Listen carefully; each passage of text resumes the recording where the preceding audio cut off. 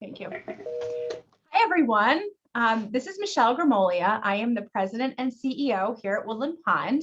Today is Tuesday, November 16th, 2021, and this is my weekly address. Just a reminder that this will be re-aired at 4 p.m. today on WPTV, at 8 p.m. today on WPTV, and is always available on our YouTube channel about an hour or so after I broadcast these at noon on Tuesdays. So I've got kind of an extensive list of topics to cover. I would like to just begin with some dining related things. First and foremost, I think you've probably all now seen or heard through the grapevine the announcement that Rani Licata is going to be taking a new opportunity that she's looking forward to. It's going to be totally different field. She is excited, and so we're going to miss Rani. But you know, sometimes people have to follow, you know, an opportunity when it comes along. So Rani's last day with us will be December 10th. And there's going to be a whole bunch of things that are going to happen as we anticipate Rani's replacement. So I just want to touch briefly on the process for that.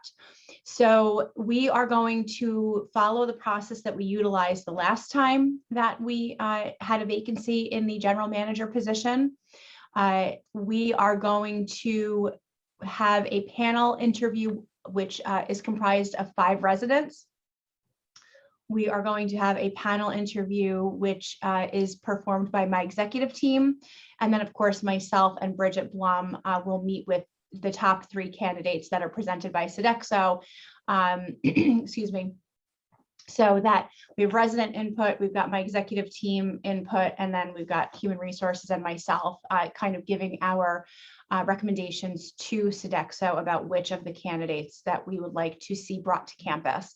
So Sodexo has posted the position, is my understanding, and they know that I will be looking to have at least 3 candidates brought forth for review. So we're going to start that process. It will take some time.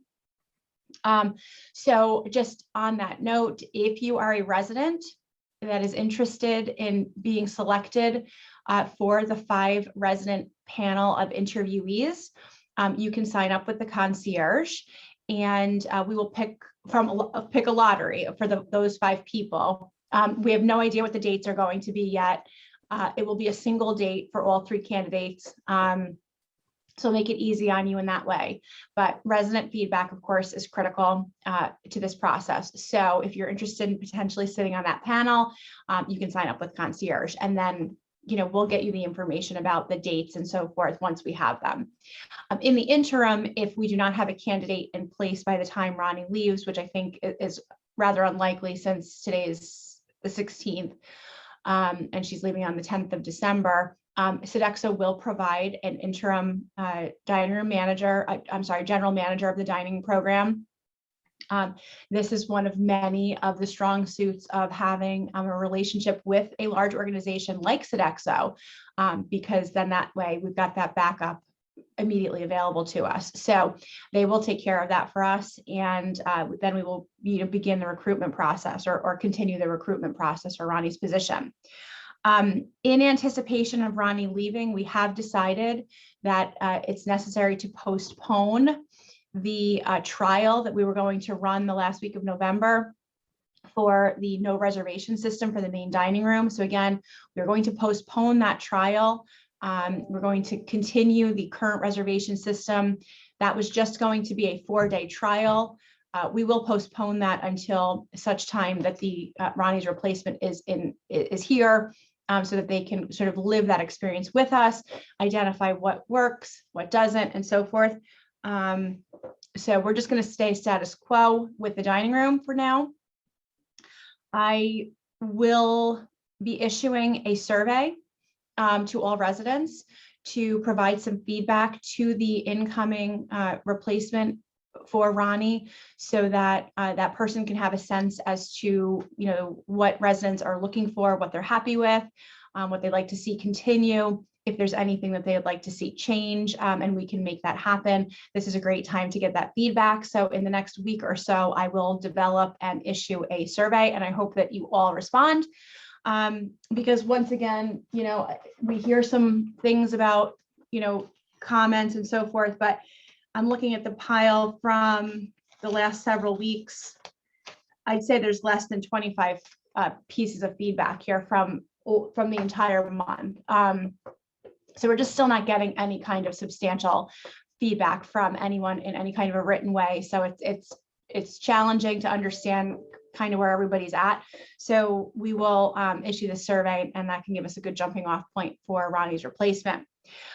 The last thing on dining is that I issued this morning a paper copy, and I will be sending it out via email as well, a graph that explains Monday through Sunday and each type of meal service or food service that we're offering, the details.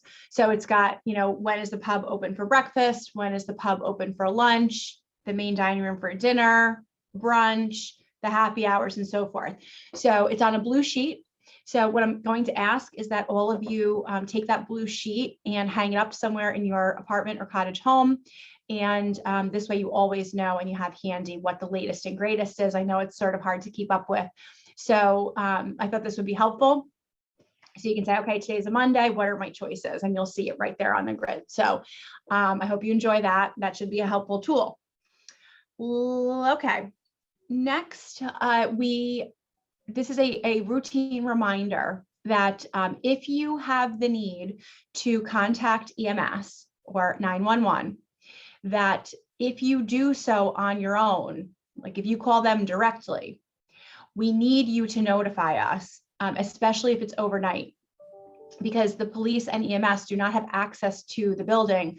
The main doors lock automatically at 9 p.m. So if we don't know that you've got EMS on the way or the police for some reason, then they cannot get into the building. The security guards are here 24/7, and maintenance is here, or the security guards are here overnight and maintenance is here in the other hours. So there's always someone here that can let them in, but we need to know that they're on their way so that our staff can meet them at the front doors.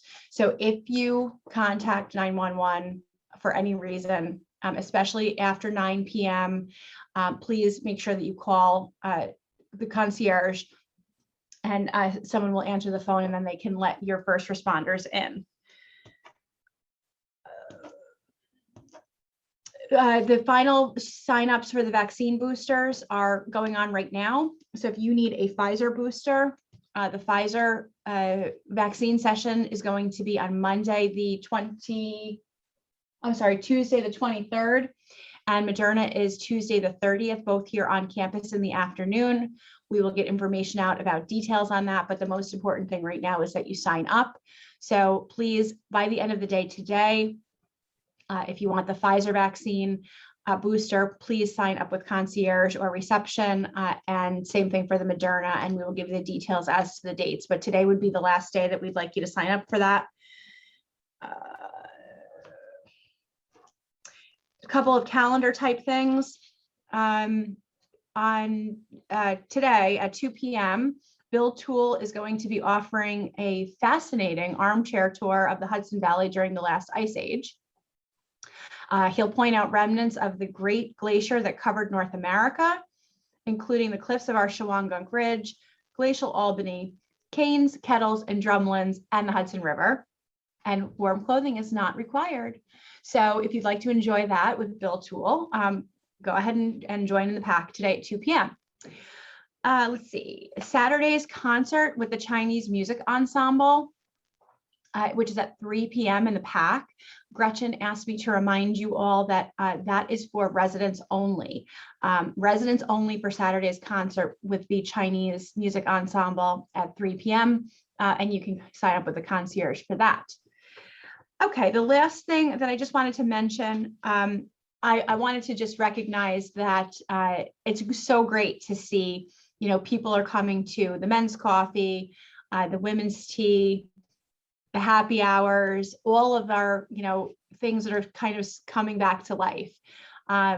With that, of course, is coming a lot of chit chat, and that's great.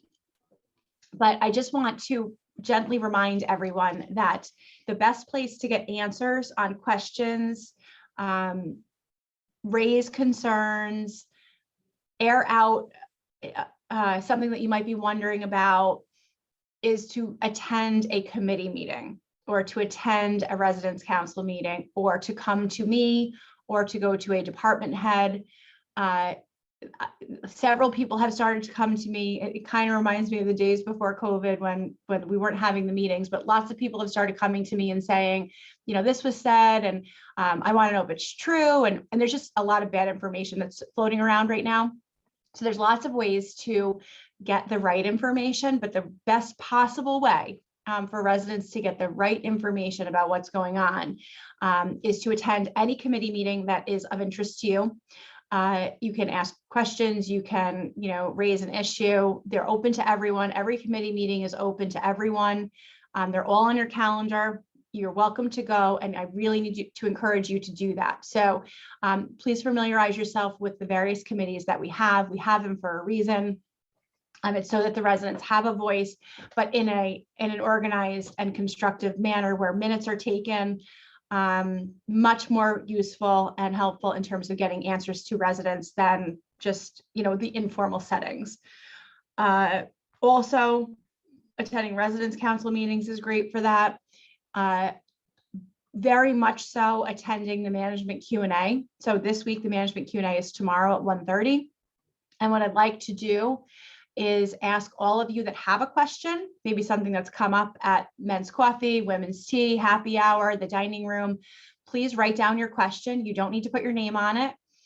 Please put down your question and drop those off with concierge today, or send them to me via email. Any question that we get between now and 1:30 tomorrow, we will address. So, that's really how we would like the management Q&As to go. But, it's kind of turned into a little bit more of a presentation style by each department head, because we haven't been getting a lot of questions. So again, please submit questions, anything you'd like to have us answer, anything that you are, certain is true, but you want to just vet it because you're not sure. Please put your question into concierge or send it to me via email, and we will attend to those at our 1:30 management Q&A tomorrow. And of course, all of the managers are available at any time to answer questions or help with things that you have going on. So please just try to come to us to dispel rumors, myths, get good information. And that's how we can keep everything kind of running smoothly, making sure that the right information is distributed. We're very transparent and we'll answer any question that you have, but we need to be given the opportunity to answer those questions. So that is all that I have for today. I hope that you have a great day, and I hope to see many, many, many of you in the PAC in person tomorrow for the management Q&A. We really want to see that robust interaction. That's why we do it. We want to answer your questions. So please, hopefully you take this personal invitation, and we will see you there tomorrow. Thank you.